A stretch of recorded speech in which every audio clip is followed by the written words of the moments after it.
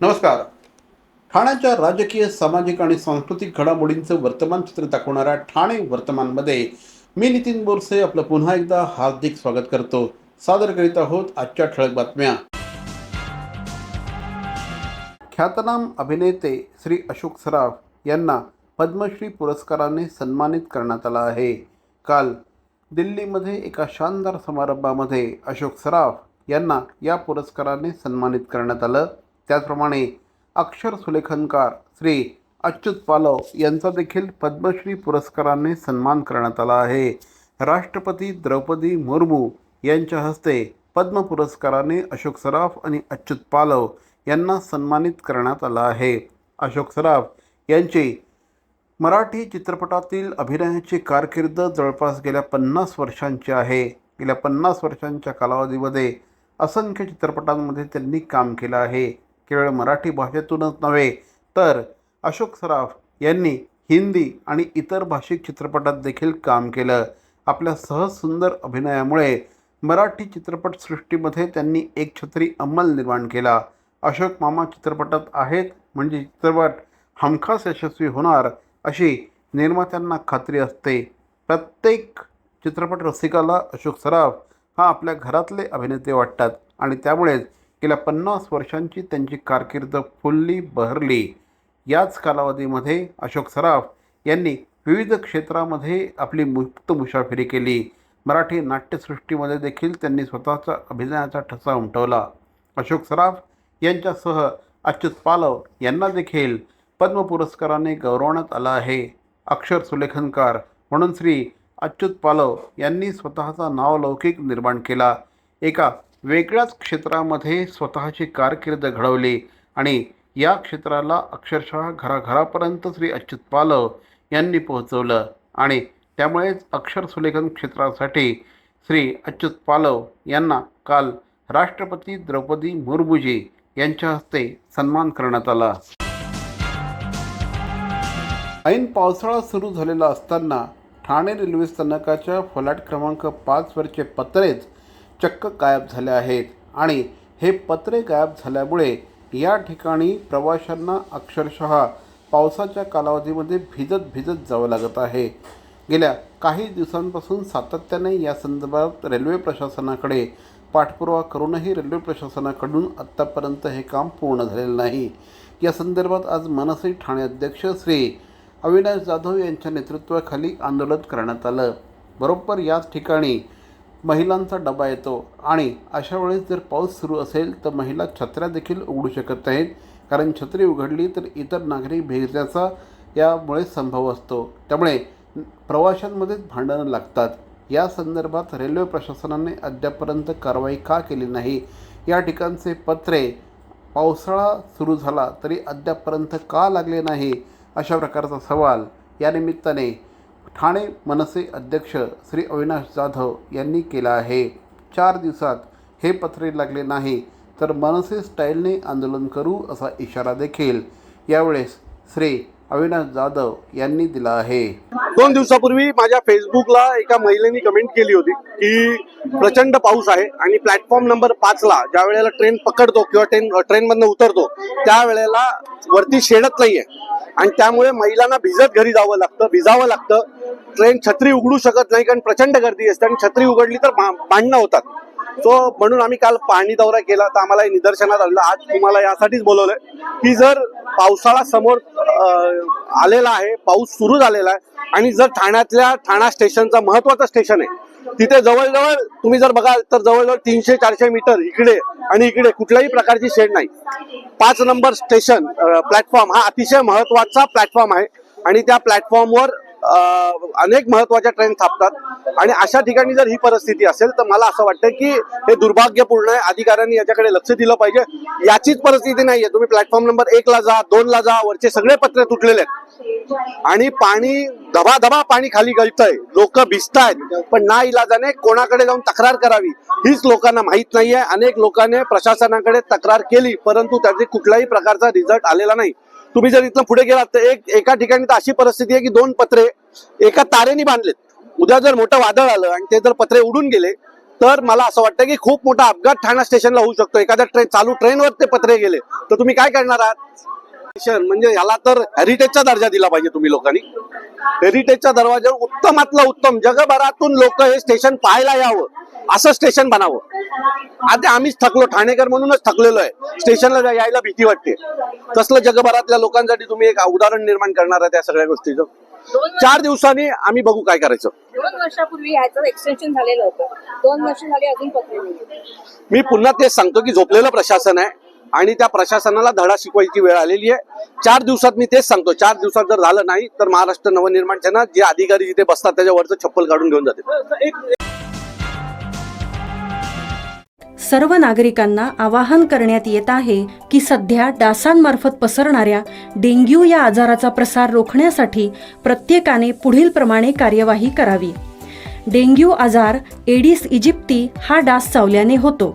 या डासांची पैदास साचलेल्या किंवा साचवलेल्या स्वच्छ पाण्यामध्ये होते. 8 दिवसांपेक्षा जास्त दिवस पाणी उघडे व साचून राहिल्यास त्यात डास अंडी घालतात. अंड्यांच्या अळ्या तयार होऊन पुढे डास तयार होतात. यासाठी आपल्या घरातील पाणीसाठे उदाहरणार्थ बॅरल्स, पिंपे, टाक्या, हौद, रांजणे इत्यादी दर आठवड्याला रिकामे करून घासून पुसून कोरडे करून पुन्हा भरावे. 1 दिवस कोरडा दिवस म्हणून पाळावा.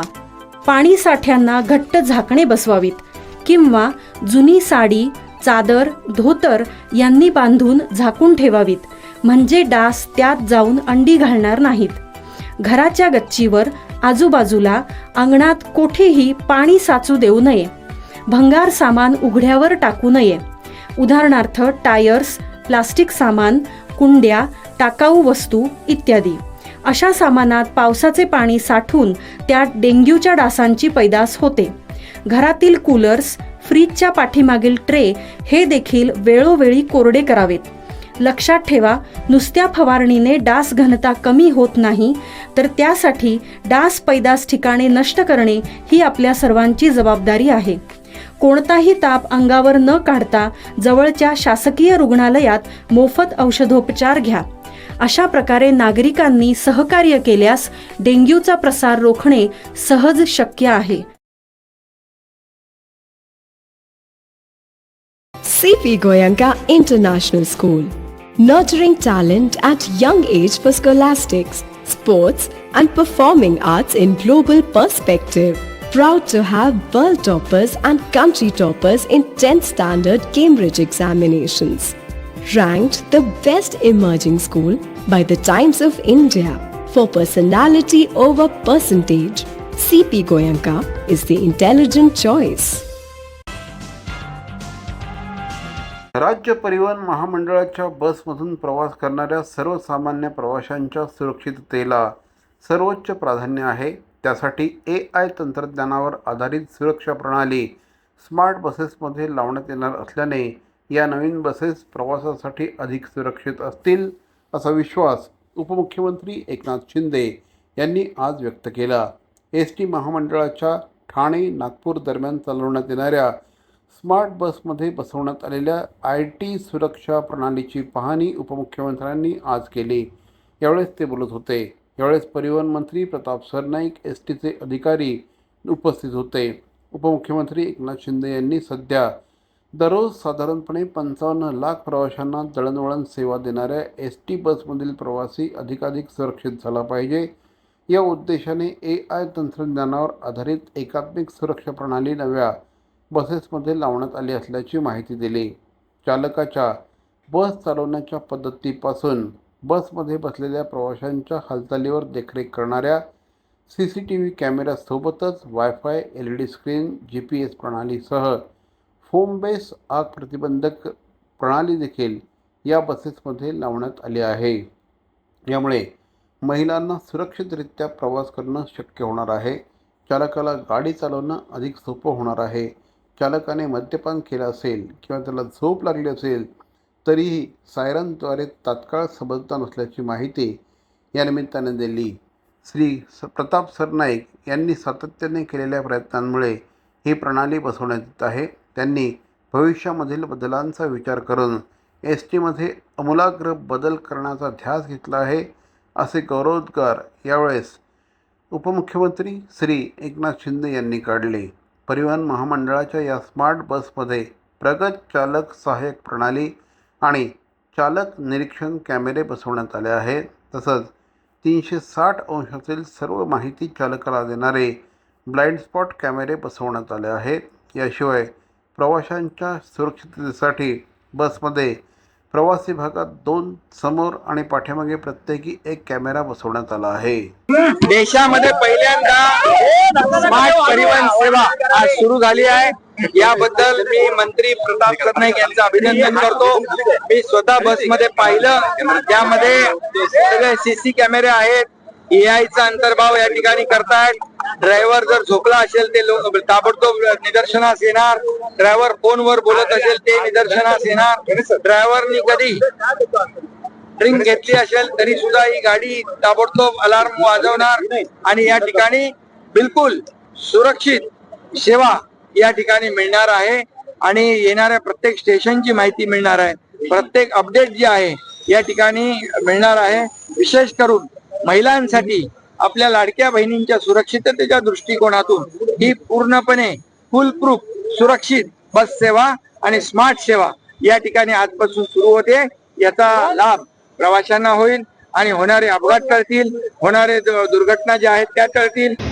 प्रामुख्यानं आजपर्यंत एसटीच्या बसेसमध्ये CCTV कॅमेरा किंवा GPS यंत्रणा म्हणजे अत्याधुनिक जी बस हवी होती ती अद्यापर्यंत केली गेली नव्हती. परंतु स्वारगेटच्या घटनेनंतर राज्य शासनानं फार गंभीरतेनं पाऊल उचलली. माननीय मुख्यमंत्री श्री देवेंद्र फडणवीस, उपमुख्यमंत्री श्री अजितदादा आणि आमच्या पक्षाचे मुख्यमंत्री आदरणीय एकनाथ शिंदे साहेबांनी स्पष्टपणे सांगितलं की महिलांना सुरक्षितता मिळेल अशा पद्धतीनं आणि एसटीचा प्रवास सुखकर होईल अशा पद्धतीनं एसटीची नवीन बस ही आली गेली पाहिजे आणि त्या माध्यमातून आज आम्ही 3000 बसेसच्या निविदा प्रक्रियेला सुरुवात केलेली आहे.